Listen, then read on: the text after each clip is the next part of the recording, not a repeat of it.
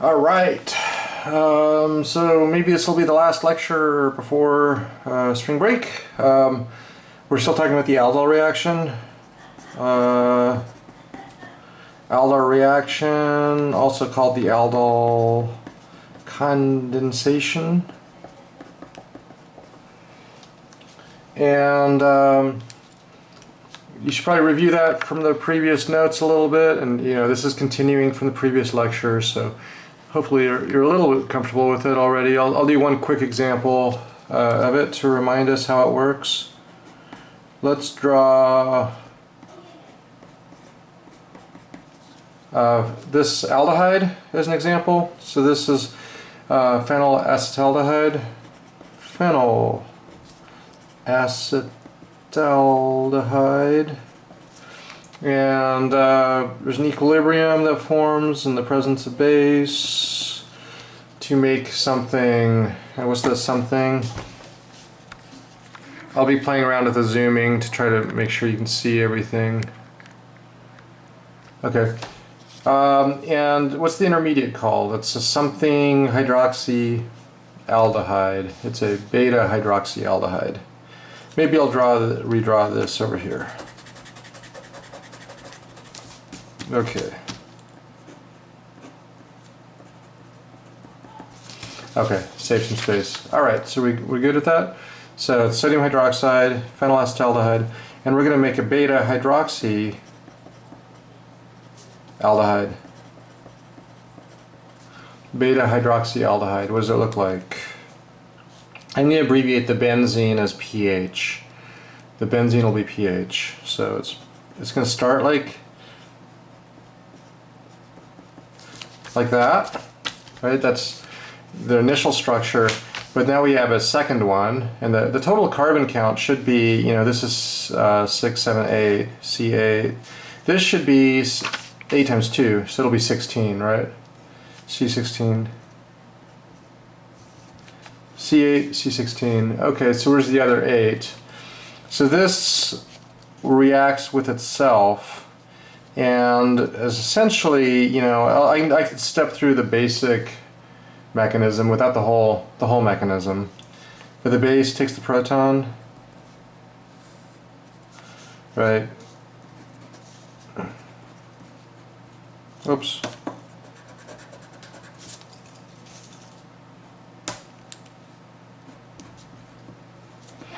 Right, to make the enolate, and then it reacts with another molecule.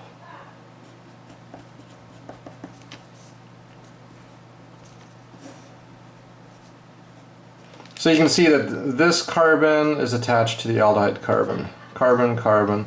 So it's going to be, the thing I'm trying to show,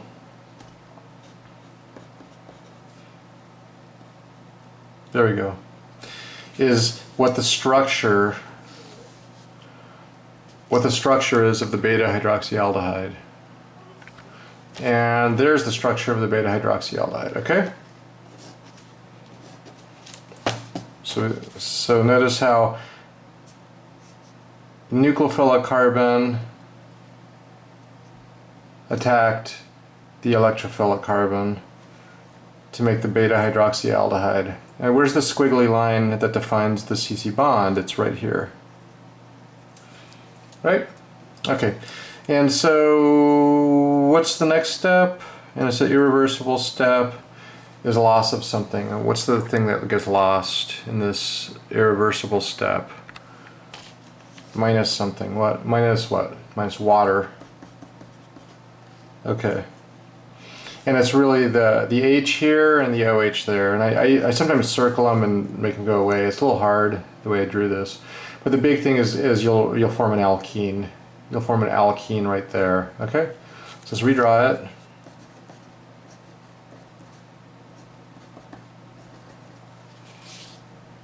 There's the aldehyde.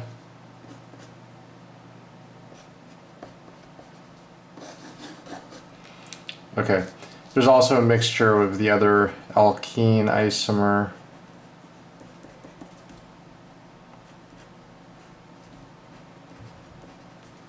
something like that. You know, both of those are formed, and it doesn't really matter. The composition is variable. I would probably say this one may be even the dominant one, but we're not caring about dominant versus non-dominant. Why would this maybe be more dominant? I think it's a little more, this may be congested. I don't know, it's hard to say. It may be a one-to-one mixture. It's hard to predict, but that's not an issue for us. And how many carbons did we say we're supposed to have in this? We said it's supposed to be C16, so let's try to count 16 now.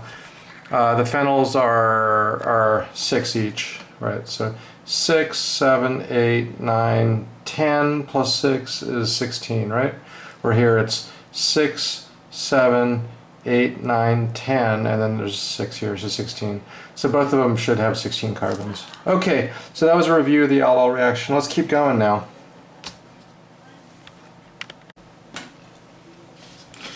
Alright, so we have the basic idea of the aldol reaction now. Let's do something called a crossed or mixed aldol, which is just a variation of the aldol. And the big difference is rather than using, one ketone or aldehyde and reacting with itself, why don't we react with one with another? That's what we mean by cross or mixed. Okay, so let's first show a bad example.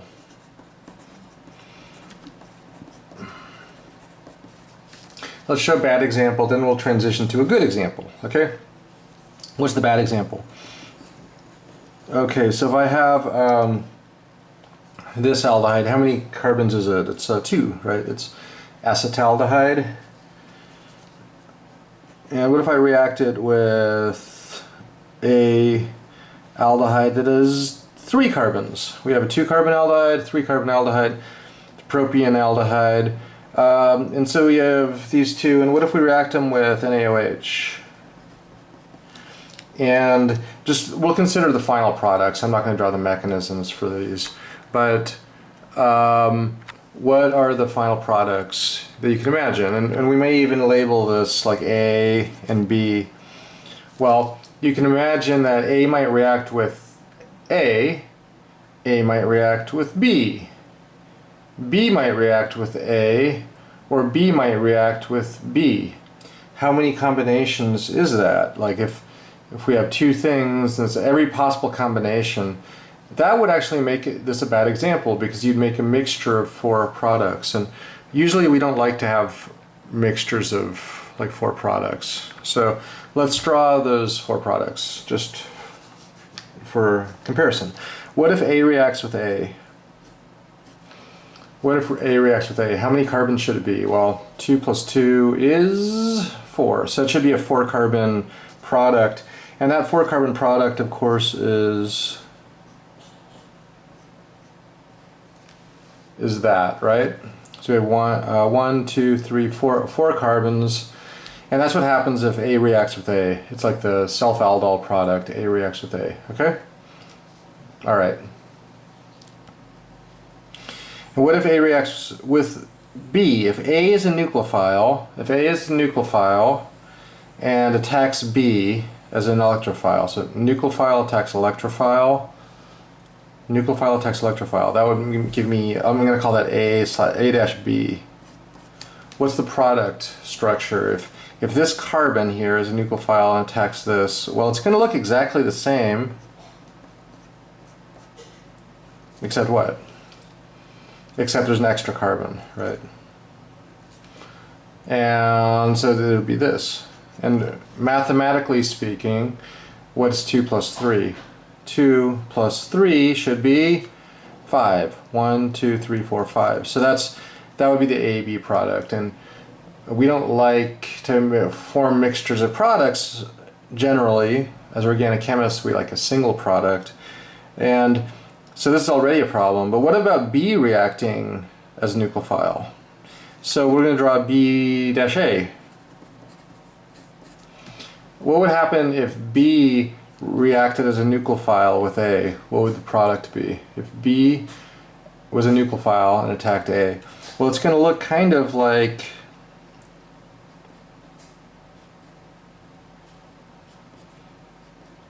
It's actually going to look kind of like AA, right? It's going to look like AA, because if B reacted with A, it would look kind of similar, but what's the difference between B and A? There's something that's different, right? There's an extra carbon on B. It has an extra alpha carbon. And so the way to fix this now is just add a methyl. See that? So now this is BA. It's like if I just flipped the methyl down. So the CH3 was kind of going up, now the CH3 is going down. But that's BA. All right, we're good? What do you think, and is that 2 plus 3 carbons? Is 5? Yeah, let's see. 1, 2, 3, 4, 5. Okay, good. So that makes sense. And what about B reacting with B? What about B reacting with B? How would that look? Well, it would kind of look like BA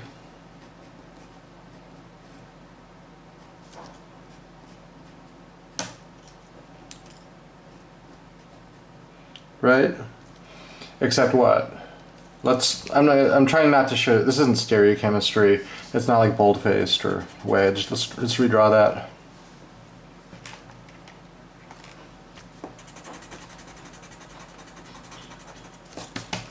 Okay.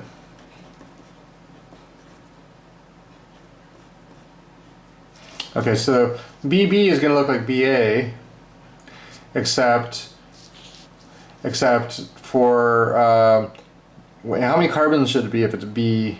Well, it's 3 plus 3 is 6, right? 1, 2, 3, 4, 5, 6. Sorry.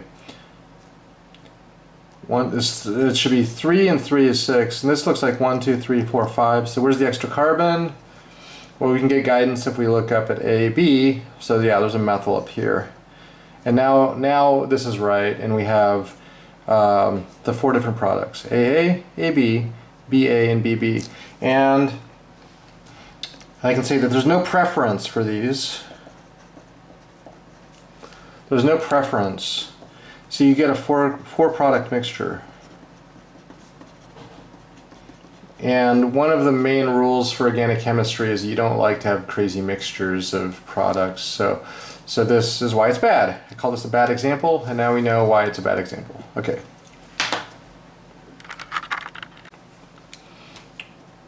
Okay, so we had some bad examples. Now let's show a couple good examples of this idea of the crossed or mixed aldol.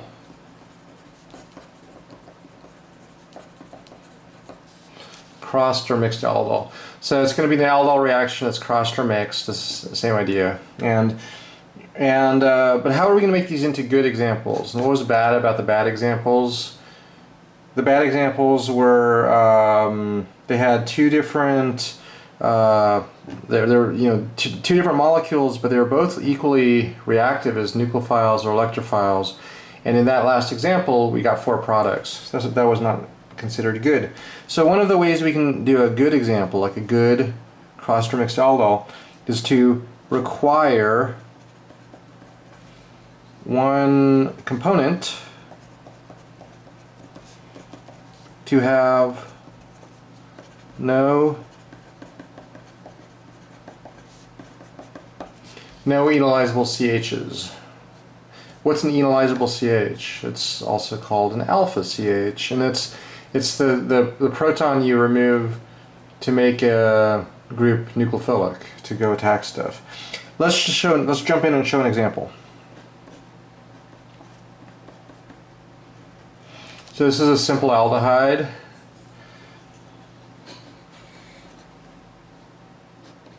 Here's another simple aldehyde. Okay, so these two can react to do an aldol, and are both of these possible to be nucleophiles? That's a good question. Are both of them possible to be nucleophiles? And the answer is no. This is an enolizable CH. And by being enolizable, that means it could be a nucleophile. It can also be an electrophile, and I'll show an example or a trick to get rid of that problem. But this is basically going to be a nucleophile. Nuke. What about this guy? Do we see any enolizable CHs, like alpha CHs? The answer is no, we don't. And we do see an aldehyde, and we see an H, but that is not an enolizable CH. That's just the aldehyde proton, which is, that's not really involved anywhere in this reaction mechanism. This is an enolizable CH, okay? And so anyway, upon doing this reaction with NaOH, and I'm just showing irreversible arrow, of course, the reaction is reversible. Yeah, let's do it. Okay. Not crucial for you guys to worry about that, but yes, the first step is reversible, so it's a reversible arrow. What happens is this is going to be a nucleophile attack and create the beta hydroxy aldehyde. So this is the nucleophile, this is the electrophile, right? So this gets deprotonated and you make the enolate. We're just going to show, this would attack this. We did the mechanism last time. You can draw the mechanism if you like. I'm not going to do it, okay? But the big thing is now this was from the nucleophile, and now it's attached to the other piece. Look at that. Okay? Mathematically speaking, this looks like 4, 5, 6, 7, 8. So this was 8 carbons total. Let's see if this has 8. 1, 2, 3, 4, 5, 6, 7, 8. Okay, so that we didn't screw that up at least. And what did we call this intermediate? It's a beta hydroxy aldehyde. Beta hydroxy aldehyde, it's a reactive intermediate, so we can put brackets around it. Okay, so these two equilibrated to the reactive intermediate. What always happens is a second step, minus H2O. Alright? Maybe here I'll show the little mnemonic where I draw the H and the OH and I circle them and say goodbye water.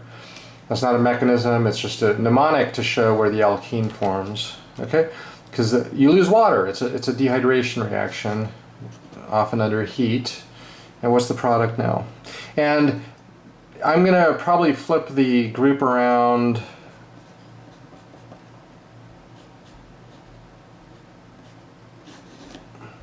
to look like that, just, but the stereochemistry is not totally clear. It's probably a mixture of the two alkene stereoisomers. That is not that big of a deal, don't worry about that. Okay, what's our last double checking thing we should do?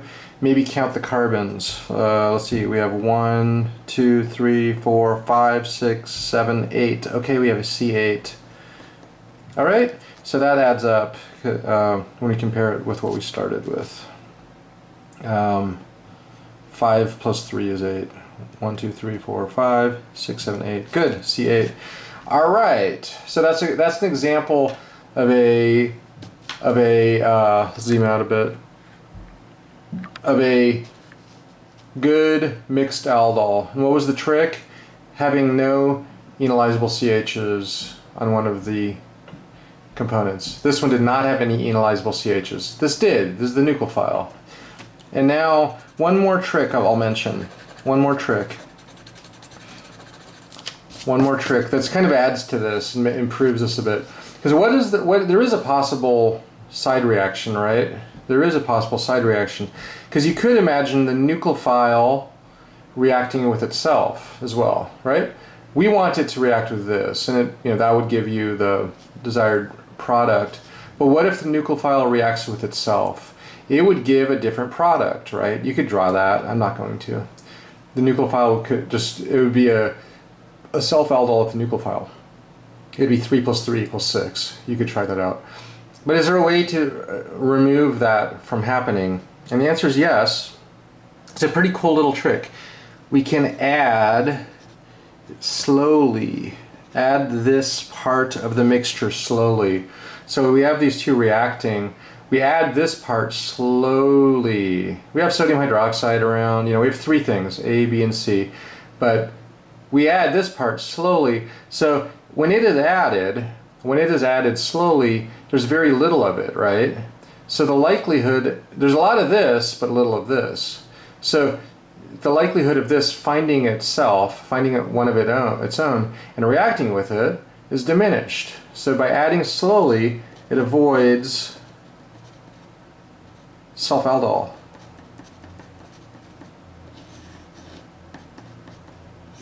It avoids self-aldol, which is good, because we don't want a self-aldol of this with itself. We want a mixed aldol of this with this to make this and this. So what are our two tricks? One is have two components that one of them doesn't have an enolizable CH, so there we go, that's that trick. The second trick is we can add to the nucleophile slowly, and you might see that here and there, you know, we'll see it from time to time, but those are the two tricks: no enolizable CH and add slowly. All right.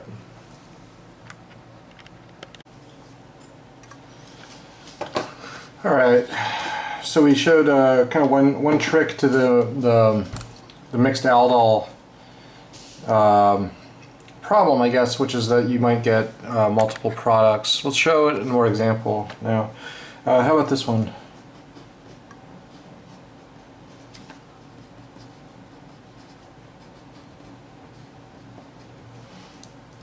Okay, so when you're looking at this, you might, and we're going to do an aldol. So what's the reagent for an aldol? What's the reagent for an aldol? What's a base? We just use NaOH. So there's another example.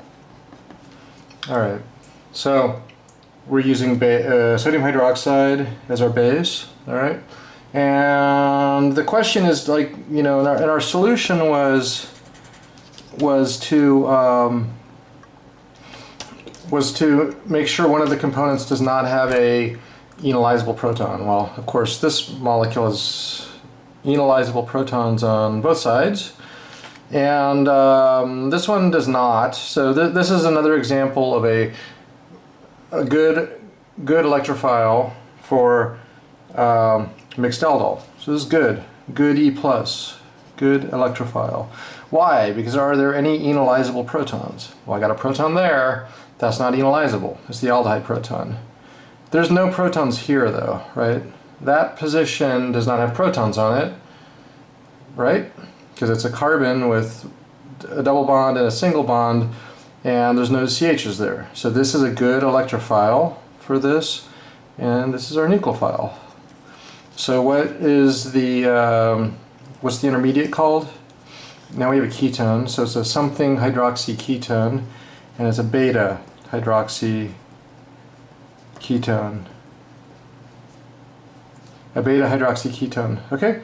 And what's that beta hydroxy ketone look like? It's going to look like the nucleophile. And what's on the nucleophile? Well, we got a hydroxy group and a benzene. We're going to imagine like this carbon attacked this carbon. I'll do a little bit of the mechanism. Okay, base takes proton.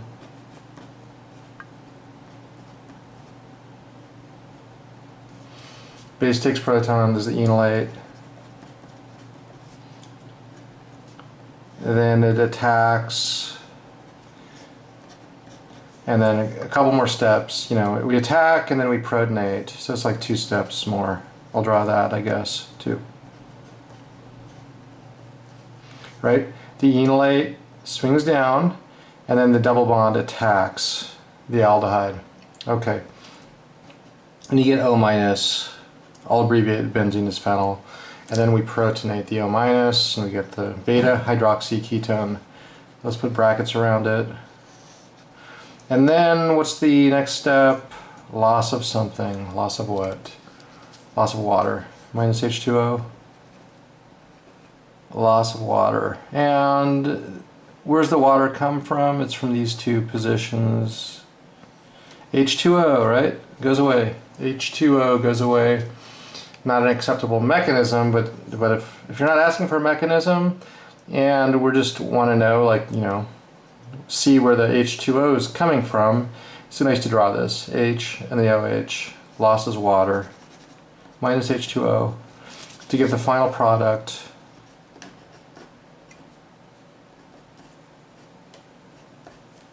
Let's draw that nicer.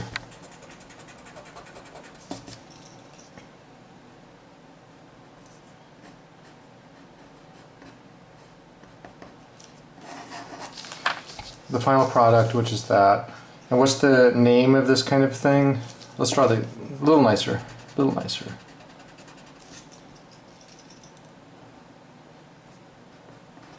Right? You get an alkene there.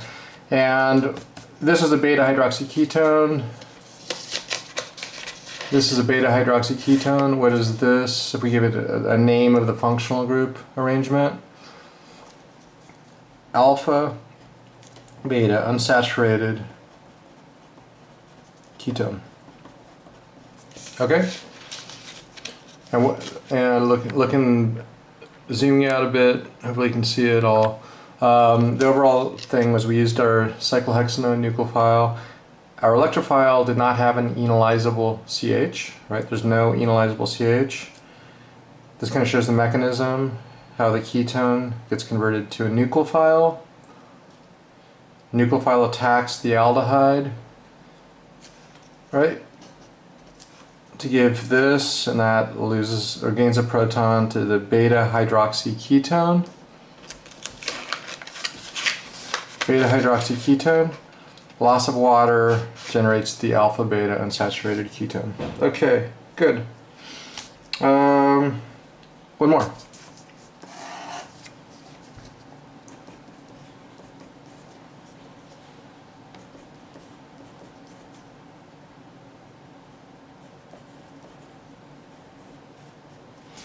Okay, so this is a very similar example, except we have a different nucleophile. This is the same electrophile. It's a benzene with an aldehyde on it. It's benzene with an aldehyde on it. It's just like we had it. I'm abbreviating this as pH. Okay? All right, and what's the name of this? But you should know that. Benzene with an aldehyde. Benzene with an aldehyde. It's benzaldehyde.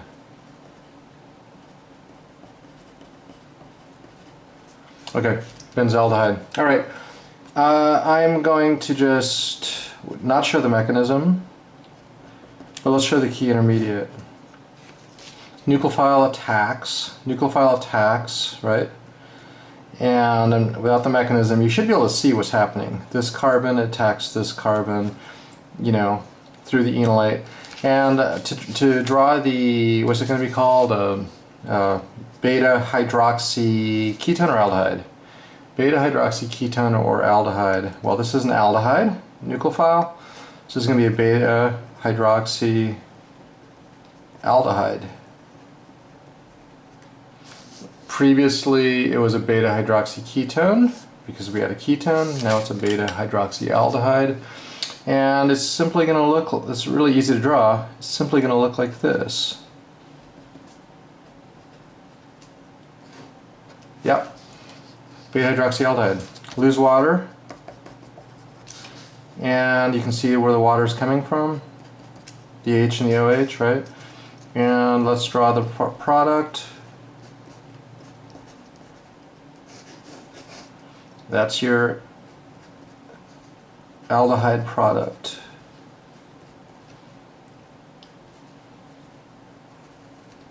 Right? Your aldehyde product. And I'll zoom in so you can see it nicely. Alright, there's your aldehyde product. Aldehyde, one more time underneath. Okay, and what would we call this kind of aldehyde? It's not just a normal aldehyde, it's a something unsaturated aldehyde. It's an alpha beta unsaturated aldehyde. Alpha beta unsaturated aldehyde is your product. Okay, hopefully that kind of is starting to make sense.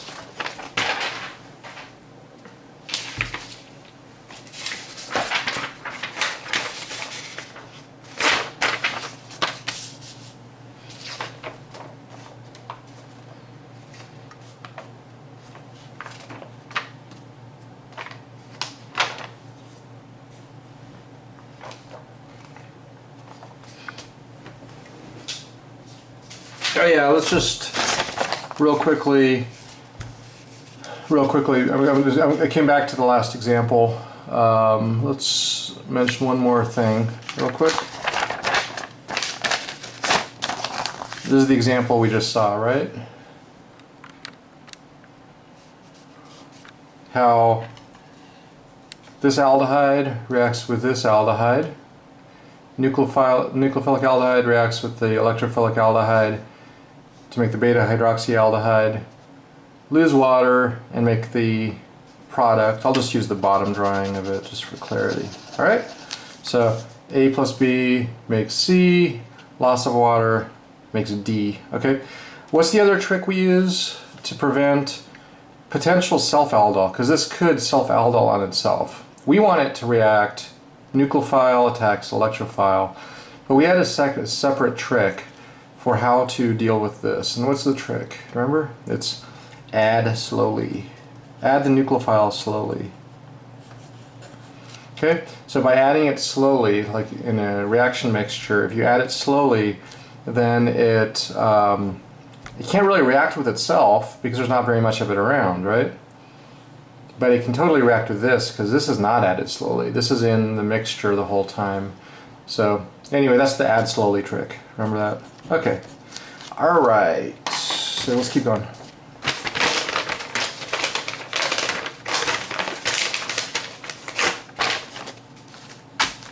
Got some fresh paper.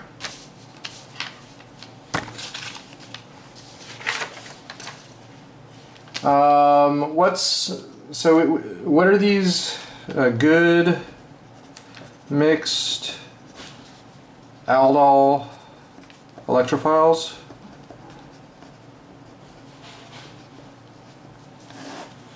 What's the requirement of a good mixed aldol electrophile? It needs to lack something. What's the thing it lacks? It lacks an alpha CH. Lacks alpha CH. Okay? So it must lack an alpha CH. What are some examples? We showed a couple. One is benzaldehyde. That lacks an alpha CH, which is of course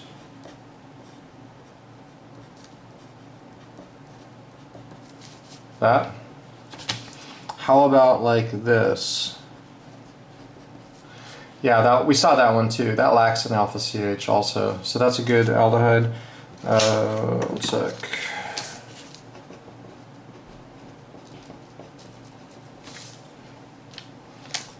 What else? What other ones? Well, you know, it's anything that lacks an alpha CH. So you could do like that. That's another molecule that lacks an alpha CH. This would be a good mixed aldol electrophile. Okay. Any others? Think of really small molecules. So maybe a small aldehyde. What's the smallest aldehyde there is? Smallest aldehyde there is formaldehyde. Right? This lacks an alpha CH too. It has two CHs, they're not alpha though. You need it on the next door carbon, but there are no other carbons. So this is good too. Good too. What's the name of it? It's called formaldehyde. Right? You could not use this as a nucleophile, nor could you use any of these as nucleophiles. Okay.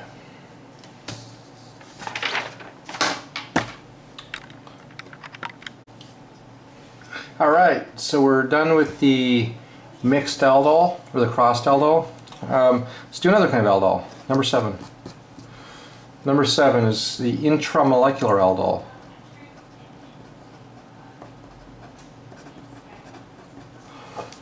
Intramolecular aldol. We know what aldol is. Do we know what intramolecular means? Intramolecular. What does intramolecular mean? Intramolecular kind of means within the same molecule. Within same molecule. What's the opposite of intramolecular? It's intermolecular versus intermolecular. What does intermolecular mean? That means between two molecules, right? So each of the cases that we just did, just a second ago, Were they intermolecular or intramolecular? Well, obviously if this is the new section, then the previous ones were intermolecular. When you had two things react together is intermolecular. So what's an intramolecular aldol? Let's just see an example. So how about this?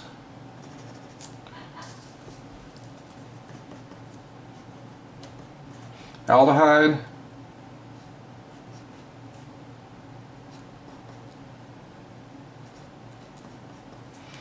okay, so this is a molecule that has two aldehydes in it, and of course both of them are nucleophilic and both are electrophilic. So when we do this reaction, you just pick one and use it, and what's going to happen is essentially it's going to cyclize. Like this carbon will attack this carbon, like the right will attack the left, or the alpha proton, the alpha position. Alpha position is nucleophilic, right? This position would attack that. One really useful trick is to numbering. So let's number 1, 2, 3, 4, 5, 6, 7. Okay, so we're gonna, and this helps you when you're figuring out the ring size. So I kind of think, well, maybe 6 is gonna attack 1, or I could have 2 attack 7, right? 6 could attack 1, or 2 could attack 7. Okay, so let's see. I'm gonna just use the right side as nucleophile, nuke, and the left is the electrophile, just for this example. But you know, it doesn't really matter. It gives the same product also. All right, so KOH or NaOH, you know, hydroxide, good base. I'll draw the enolite.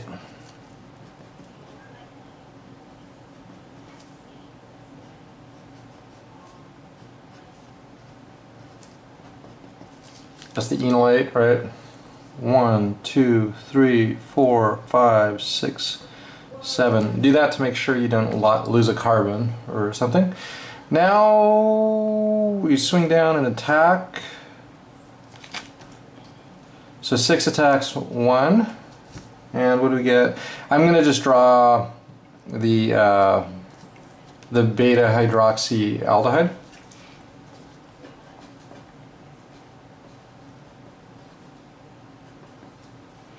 So let's see, here's carbon 7. And yeah, what's the ring size? You know, it's not always obvious what the ring size is. If this is attacking and cyclizing, what's the ring size? Well, it looks like my ring should be, how many carbons in the ring? 1, 2, 3, 4, 5, 6. It is a 6-member ring like I'm showing, okay?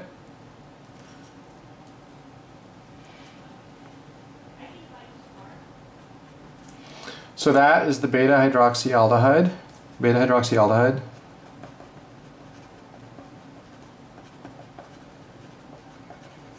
Let's number 7,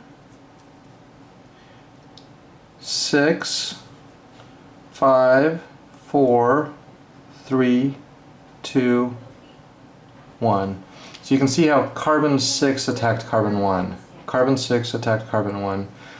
And now you have the beta hydroxyaldehyde. What's the final product of this? Minus H2O. By next week, this is going to explode. Okay, there's my water. It goes away. Right, I just drew the H, the alpha proton, show the water go away. And what's the product?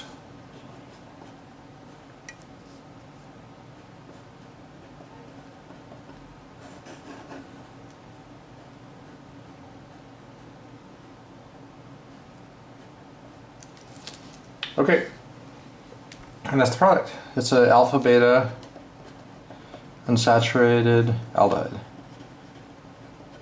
So it's really the same as the other aldol. It's just it's intramolecular, and so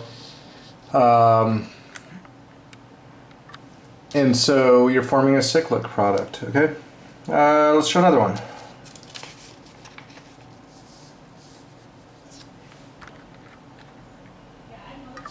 Let's show another one. Okay.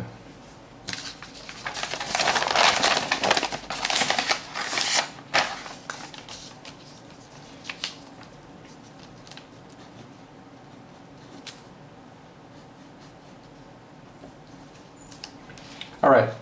So now it's not a dialdehyde, it's a diketone. Okay. And let's number the carbons. That always helps, right? 2, 3, 4, 5, 6, 7. So we got 1, 2, 3, 4, 5, 6, 7. Okay.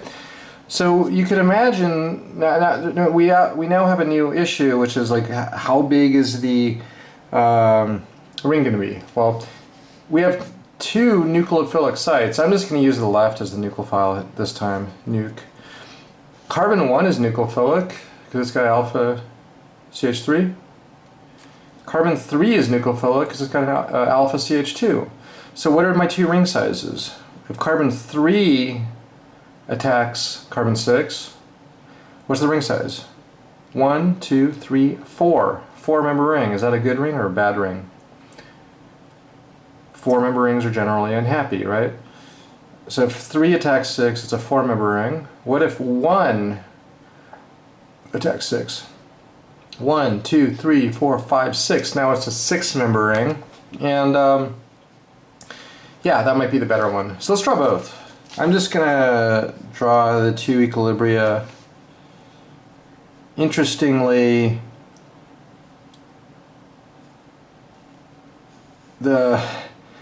I'll do the 6 on the top and 4 on the bottom. And of course you can imagine the 4-member ring one is not really that favored, but let's draw it anyway. Note my numbering, that's really useful. So let's imagine on the top the carbon 1 attacked 6. I could even write 1, 6. 1 attacked 6. Okay? 1 attacked 6. And if 1 attacks 6, what does it look like? I'm going to have that ketone up on top. I'm going to say this is 1, 2, 3, 4, 5, and then what's on 6? Now 6 has a hydroxy group and a methyl. 6, 7. Okay, that kind of makes sense, right? 1, 2, 3, 4, 5, 6, 7. And where's my extra H? It's right there. Extra H is on 1. Circle it all, and that goes away. Now you should be able to see what the final product is. What's the final product?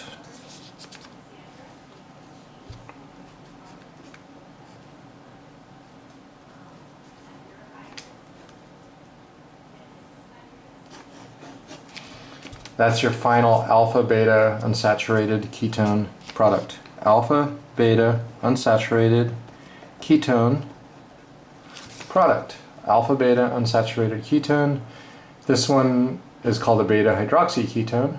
Beta hydroxy ketone. Beta hydroxy ketone. Okay. Okay, so what's the 4-member ring product? Like, that's not favored because we know 4-member rings are not favored. It would be carbon 3 attacking carbon 6. So if carbon 3 attacks 6, what would it look like? And I'm just going to kind of keep the I'm going to keep the left ketone over like this way. 1, 2, 3. Okay, so there's 1, 2, 3. 1, 2, 3. And then it's the size of the ring is 4, right? 3, this goes 1, 2, 3, 4. It's a 4-member ring, so there's the 4-member ring. Maybe we can go 4, 5, 6, and then 7 is hanging off, right? And of course, when carbon 3 attacks 6, the ketone goes away, and there's left after the mechanism is OH, right? So here it is. Okay, so there's our beta hydroxy ketone. Of course, if it kept going, it would be that. That'd be the final product. And this does not form. Why does it not form? Because the 4-member ring is not very happy. Okay? So what's the real final product? It's this guy up top.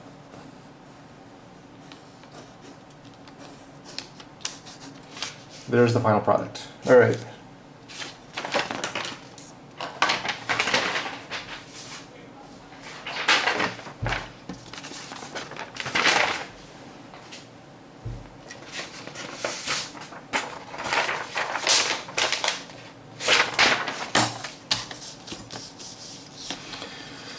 Okay, so we have talked about the aldol reaction, and we've talked about what are the various kinds of aldol we did. We did the simple aldol. That was just like the initial aldol, right? Simple. Then we did the mixed or crossed. Which had like two different components. Then what's the third one we did? The intramolecular.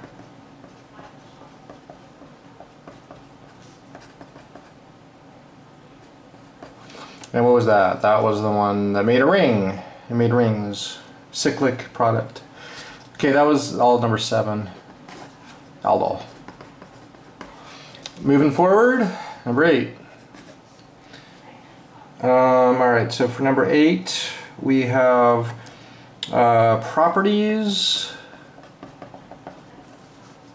of alpha, beta, unsaturated carbonyls. Properties of them. So we just showed how to make them with aldols, right? These alpha, beta, unsaturated carbonyls, which means what's an alpha, beta, unsaturated carbonyl? It's like the aldol products. So what are some properties? First one, they're typically stabilized.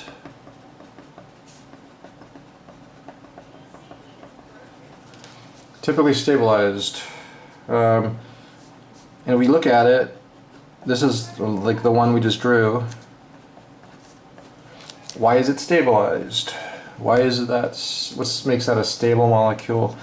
Well, it's stabilized by something. By what?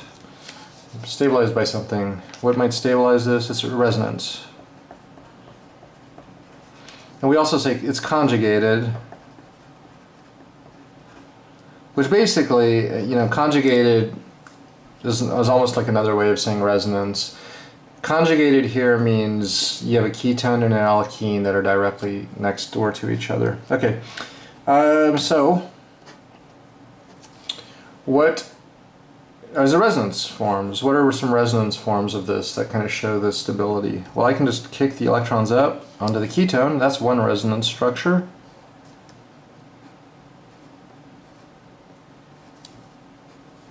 Right? Kick the electrons up. Now you have an O minus and a C plus carbocation, right? Okay. And what else? Any more resonance structures I can draw? Well, I can push the double bond towards the positive charge.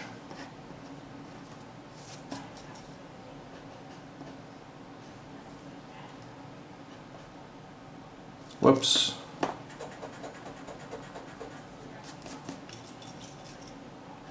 Still got the O minus, but I pushed the double bond next door, so now it's like this.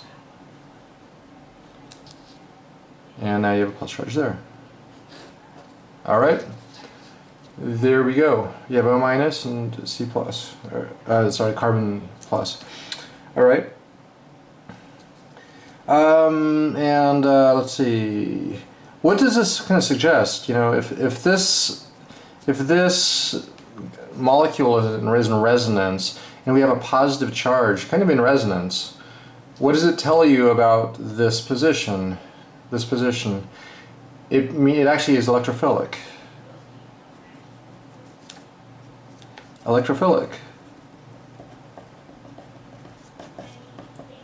We know ketones are electrophilic. But if you have an alkene next to a ketone, the terminal position of the alkene is also electrophilic. Okay? So you'll see very soon that nucleophiles will actually attack that position. We will have cases where a nuke And you can see it, here, of course, it's positively charged. Nucleophiles will attack the terminal position, which is the alpha position or the beta position. If that's the alpha position, that's the beta position. So the beta position is electrophilic. Beta position. The beta position is electrophilic. Okay. So overall, it's a stabilized conjugated system. You could imagine that isomerization is possible.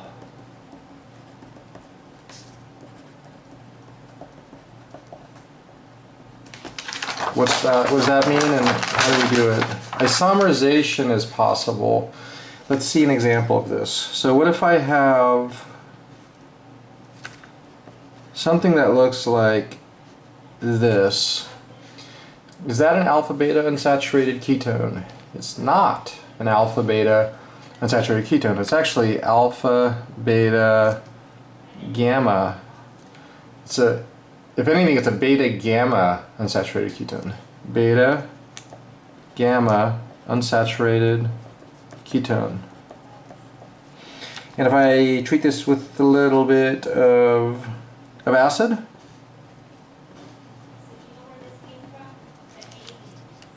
I'll give you a hint about this also. This is not a super stable thing. This is not a nice happy thing the way this stuff was. This is totally happy, conjugated, stabilized by resonance. This is not, because the ketone and the alkene are not conjugated. They're not next door to each other.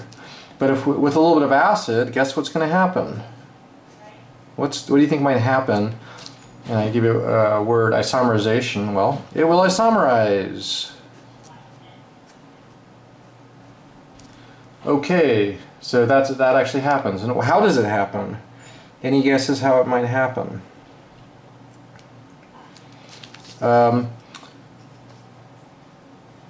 So the alkene, we learned that when we learned about alkenes, we learned that they attack electrophiles and they attack things like proton. So I'm just going to kind of have the alkene attack the proton, and that'll actually make a tertiary carbocation, right? So we have a tertiary carbocation down there. And how might this happen now? How could we go from the tertiary carbocation to the product? Well, just have water do something.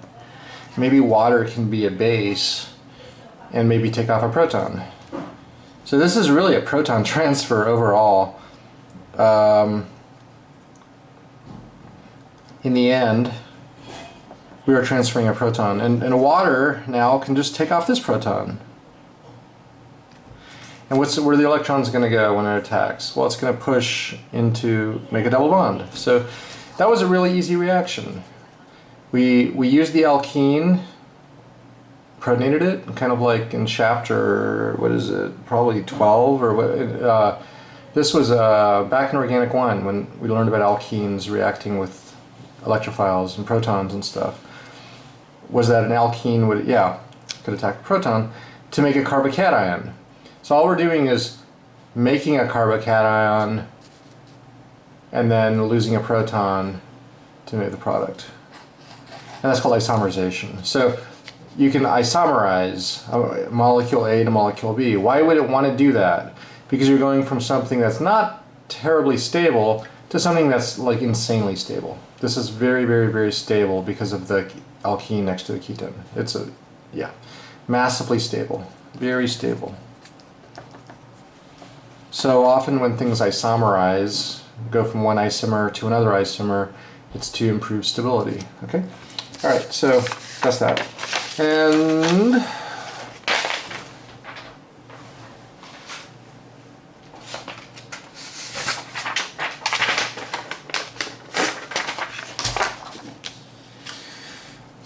so we're on 8 properties. Properties of alpha beta unsaturated carbonyls. A was they're stabilized. B is they undergo reactions of their component functional groups. They undergo reactions of their component functional groups. So what does that mean? So I'll give a couple examples. Let's draw this.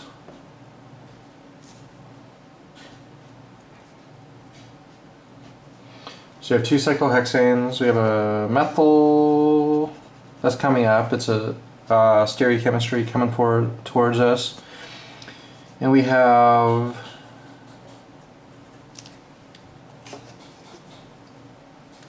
a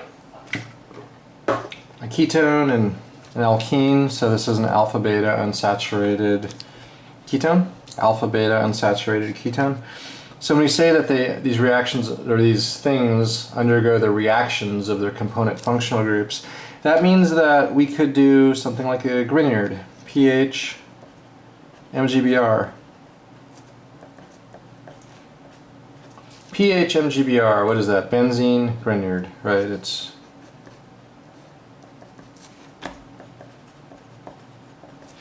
that, right? It's a nucleophile. Of course, Grignards are great nucleophiles. We learned about that in Organic 1. What's the second step of a Grignard? Usually water, maybe H3O, but water usually gets the job done. Well, so I'll draw what happens. So what do Grignards do to ketones? What do Grignards do to ketones? That's pretty straightforward. They attack them. They're nucleophiles, right? So it makes alcohols. Grignards attack ketones to make alcohols.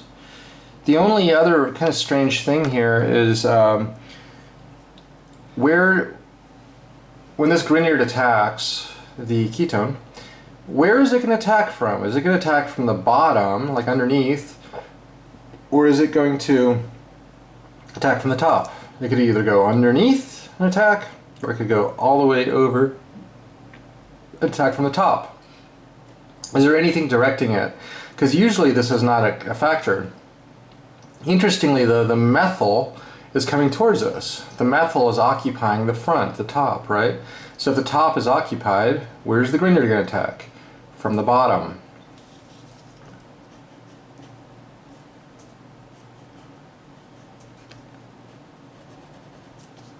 Still got the alkene. So where's the phenyl now? The benzene is actually underneath. pH. And where is the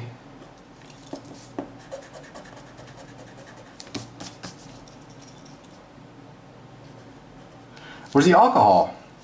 The Grignard attacked the ketone as a nucleophile. The oxygen's got to be somewhere. If the phenyl's underneath, where's the alcohol? The phenyl pops up. So now at the end of this, the alcohol is actually coming towards us, which is maybe a little weird to you. You might be thinking, well, the Grignard attacks, you know, from one face or the other. The oxygen, why does the oxygen want to go up front? Because the top face with the CH3, because there's a big CH3 here, right? And the CH3 is occupying the front face. Does the oxygen want to go and interact or be close to the CH3? You know, it looks a little far away, but it's not that far. But the point here is it's not the oxygen's choice. Who makes the decision here of what the stereochemistry is? It's the phenyl, because the phenyl attacks. And when the phenyl attacks, it decides, do I want to attack from the top or do I want to attack from the bottom? And it will attack from the easiest trajectory, which would be underneath. So it attacks underneath, and that'll force the oxygen to be kind of coming towards us. So now the oxygen's towards us, phenyl's away. Okay, so that's a nice one. That's a Grignard, yeah? What other reactions of ketones might we think of? Let's do NABH4.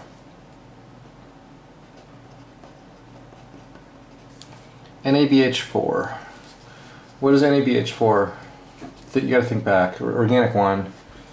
One of the key things you need from Organic 1. NABH4. What is NABH4? And we usually do it in methanol, MEOH. What does NABH4 do? It's a reducing agent. So it's actually H dot dot minus. It's a nucleophilic H minus, right? It's a nuke. It's a nucleophile. It's nucleophilic H minus. Think about it, just a normal ketone. NABH4 does what to a normal ketone? It makes an alcohol. It's a reducing agent. Right? Remember that? Ketone, NABH4, alcohol. Okay, so what is it going to do to this? Well, it's going to do the same thing. It's going to attack the ketone. It's going to reduce the ketone.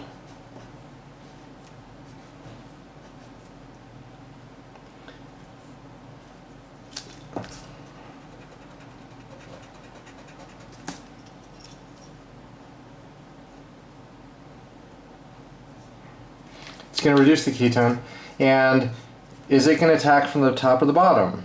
Is the nucleophilic H minus going to attack from the top or the bottom? Well, for the same reason that the Grignard attacked from the bottom, the H minus attacks from the bottom. So the H is going to be on the bottom.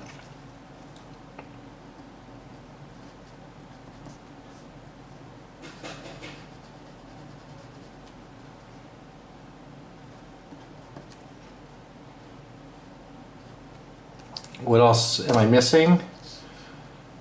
What are the things I'm missing? Well, the alkene is still there. What else is missing? The methyl is missing, right? Okay. Oh, I screwed this up a bit. Sorry, it's let's fix this. Let's fix this. Okay, sorry about that. I got it wrong. Yeah, H is on the bottom. H was a nucleophile, attacked the bottom, so the H is on the bottom. And that forces the OH onto the top. And again, this might be mysterious to you because it's like, why does the OH want to be in the top congested environment with the methyl? But it's not like the oxygen gets to decide. The decision is made by the attacking nucleophile. H was the attacking nucleophile, okay? So we'll do one more. One more thing.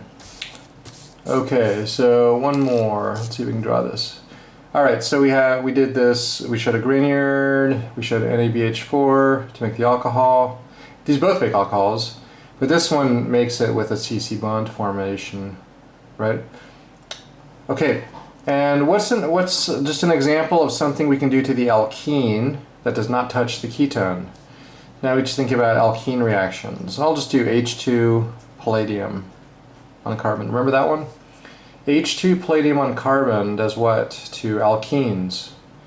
H2 palladium on carbon. It adds something. It adds HH, right? Which just gets rid of the alkene. It turns the alkene into an alkane. So what does that look like?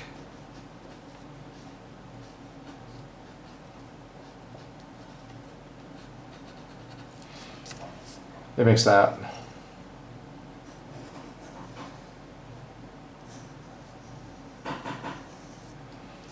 It makes that. So H2 palladium just wipes off the alkene and leaves you with an alkane. Okay? Because do we know H2 palladium react with ketones? And the answer is usually not. Not in a simple molecule like an alkane type thing. H2 palladium does not react with ketones. It only reacts with alkenes. So this is a reduction of the alkene to give that final product. Okay, great. Let me see.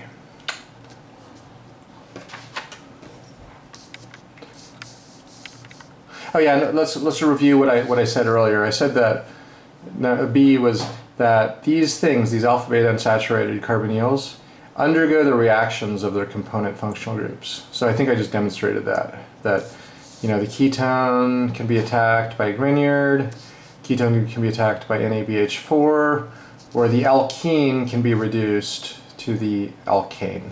All right. Okay, so we're just talking about additions to alpha beta unsaturated carbonyls, and we showed that, you know, you could attack the ketone, you could attack the alkene with different things. Now we're going to talk about kind of a slight different type of nucleophilic addition. Conjugate addition.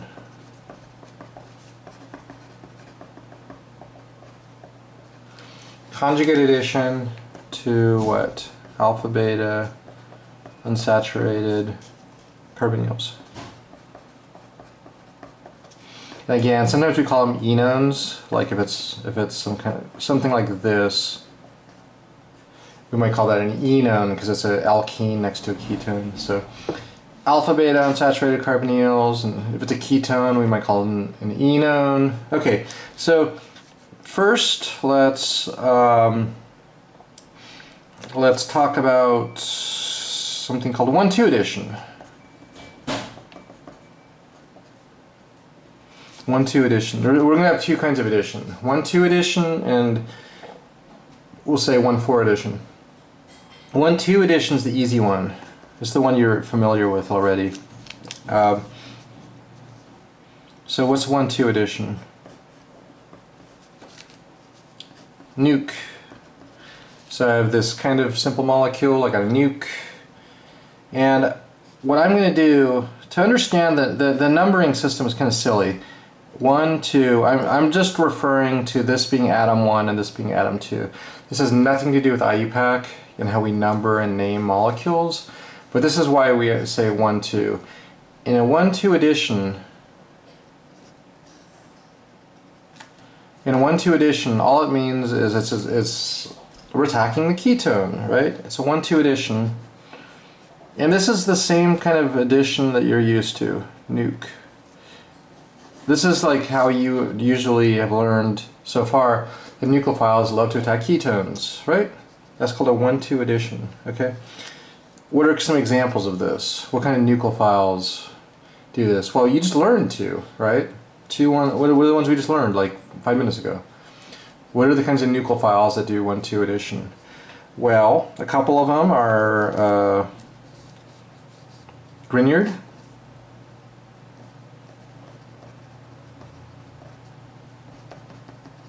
right? If Grignard attacks, what do we get?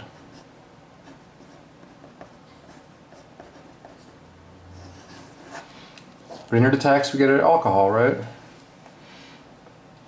What's the other one we learned? Just a second ago, 5 minutes ago. The other type of thing, we'll say NABH4 or lithium aluminum hydride. All of those do the same thing roughly. They're H-. They're nucleophilic H-, they attack, okay? I'm not showing the mechanism because I can't really fit it under there. But what's the product when these guys react with a ketone? Well, it's an alcohol, just like the Grignard makes. But the nucleophile is H now. Here the nucleophile is pH, phenyl, benzene. Here the nucleophile is H. So it's basically just an alcohol. We could just also draw this, of course, as that, okay? So what is 1,2 addition? 1,2 addition is and the 1,2 will make sense in a second when we do the other one. 1,2 is like I label the oxygen as 1, the carbon as 2, okay? Let's talk about, on the next page, I'm going to talk about something called a 1,4 addition. 1,4 addition. So 1,4 addition is going to be the other one, the other version. And it's going to be, I'll preview it. What's 1,4 addition is we're going to attack the alkene, because we just saw that too. We mentioned that the alkene could potentially be attacked by stuff. The alkene could potentially be attacked by stuff, and that would give us a 1,4 addition, okay? So let's talk about 1,4 addition on the next page.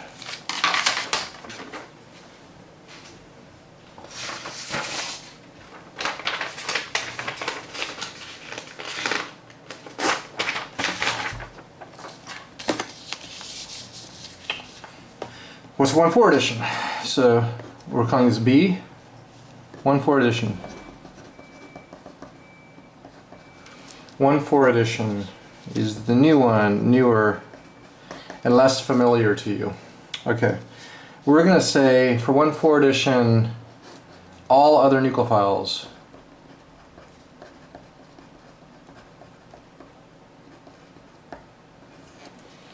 other than Grignard and Hydride.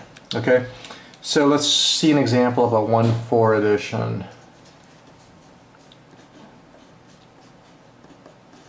There's our electrophile, our substrate.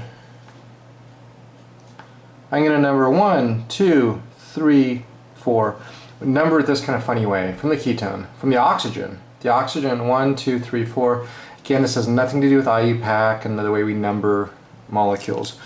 But what is going to happen in a 1,4 addition? It's usually going to be, it's a two-step process. There's always going to be a water or something.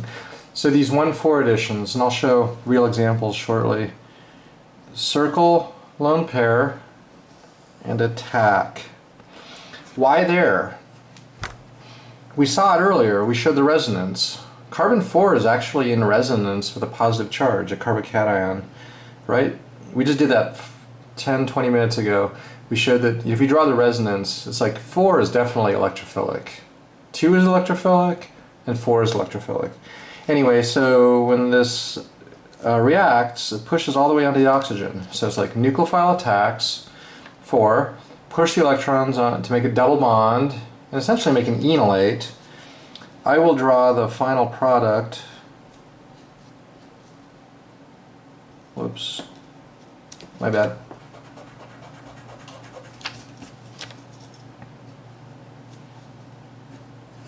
The final product is this in a 1,4 addition.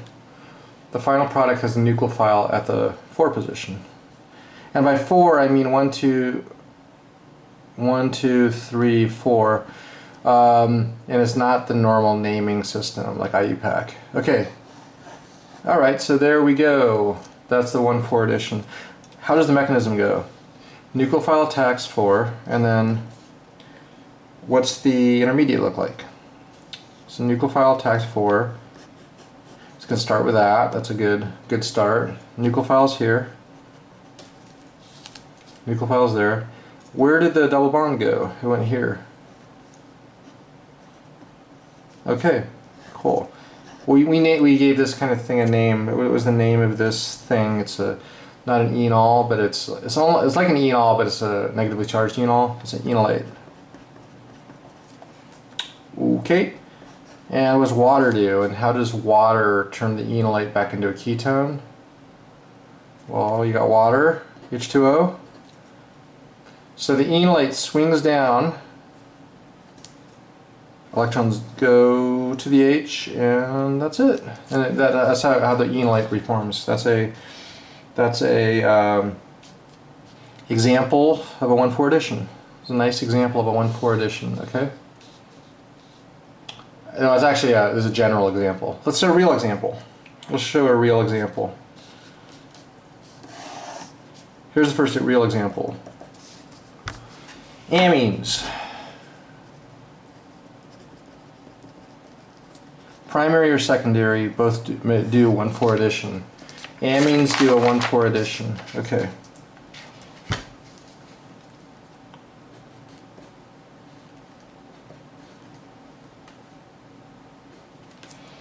Okay.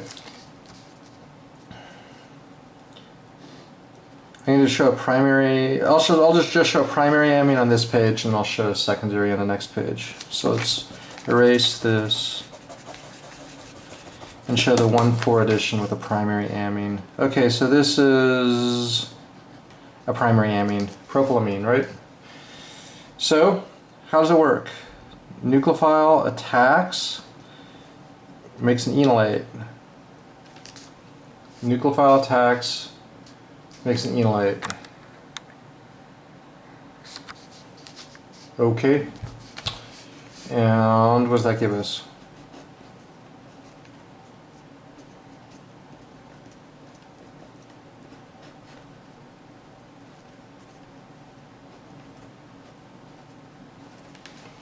That kind of intermediate, right? So it attacked and gave us an enolate. Now with water, two things happen. One is the enolate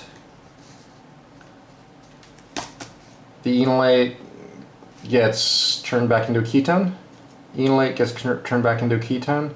The other thing is that water will take off one of these protons. Okay. The final product, I'll have to sneak it up here. Let's zoom out a bit and draw the final product of that. The final product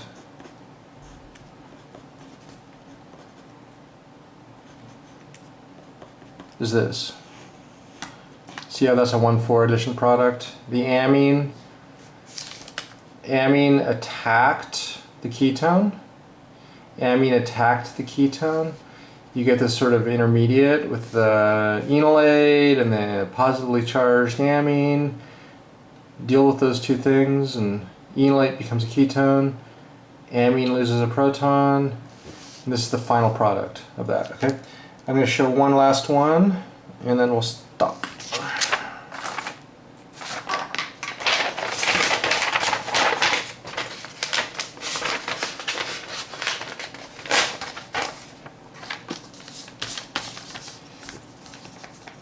Okay, how about example number 2?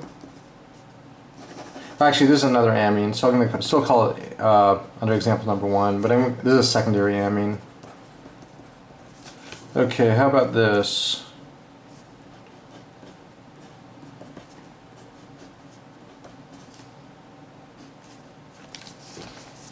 Okay, so that's another alpha beta unsaturated ketone. Alpha beta unsaturated ketone. And secondary amine. What is a secondary amine? Well, this is one. Dimethylamine. It's a nitrogen with 2 R groups.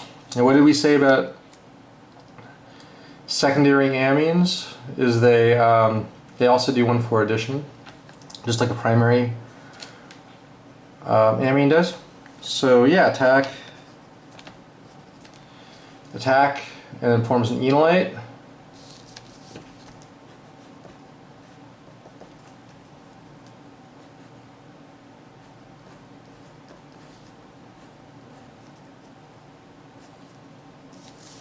Probably, it doesn't really matter how we draw the stereochemistry.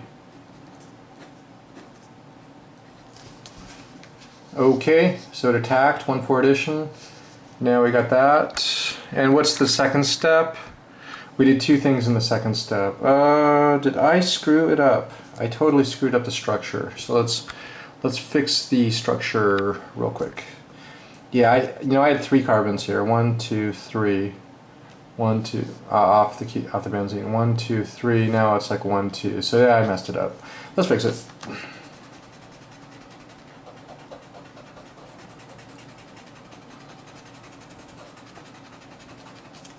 Okay, this is the last example. All right, before spring break.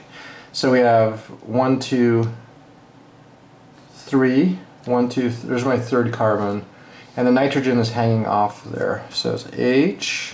Methyl, methyl, plus charge. Now we're better. Okay, so we have carbon, carbon, carbon. There's the 3 carbons, and then there's a nitrogen. So what's the last step of this? 2 things. Regenerate the ketone, turn this back into a ketone, and then also lose a proton off the nitrogen. So the final product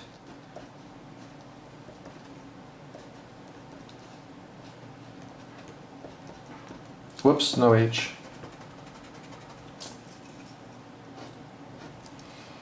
The final product is that. That's the 1,4 addition product. Okay. Double check our carbons. We had 3 carbons here. 1, 2, 3. 1, 2, 3. 1, 2, 3. Everything's cool. So this is yet another example of a 1,4 addition. Another 1,4 addition. A 1,4 addition with a secondary amine instead of a primary amine. We'll be moving into some other really cool stuff. I'll just give you one preview and we're all done. I'm just going to show this as a preview, okay? Because this will be a next major topic, and while it's fresh in your mind, it'll be easier. What do we say Grignards do?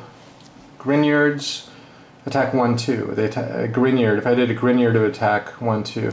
But what I'm going to learn, what we're going to learn about next is one of the things is a cuprate. It's a copper. It's like a Grignard, but it's copper based.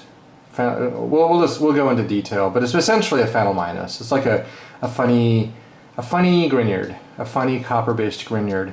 And we're going to learn that these copper things, what are they going to do? They're going to attack 1,4. So this will definitely be a thing for next time, but let's just draw what the product is while this is fresh on our mind. When this phenyl attacks the 4 position, what's the final product?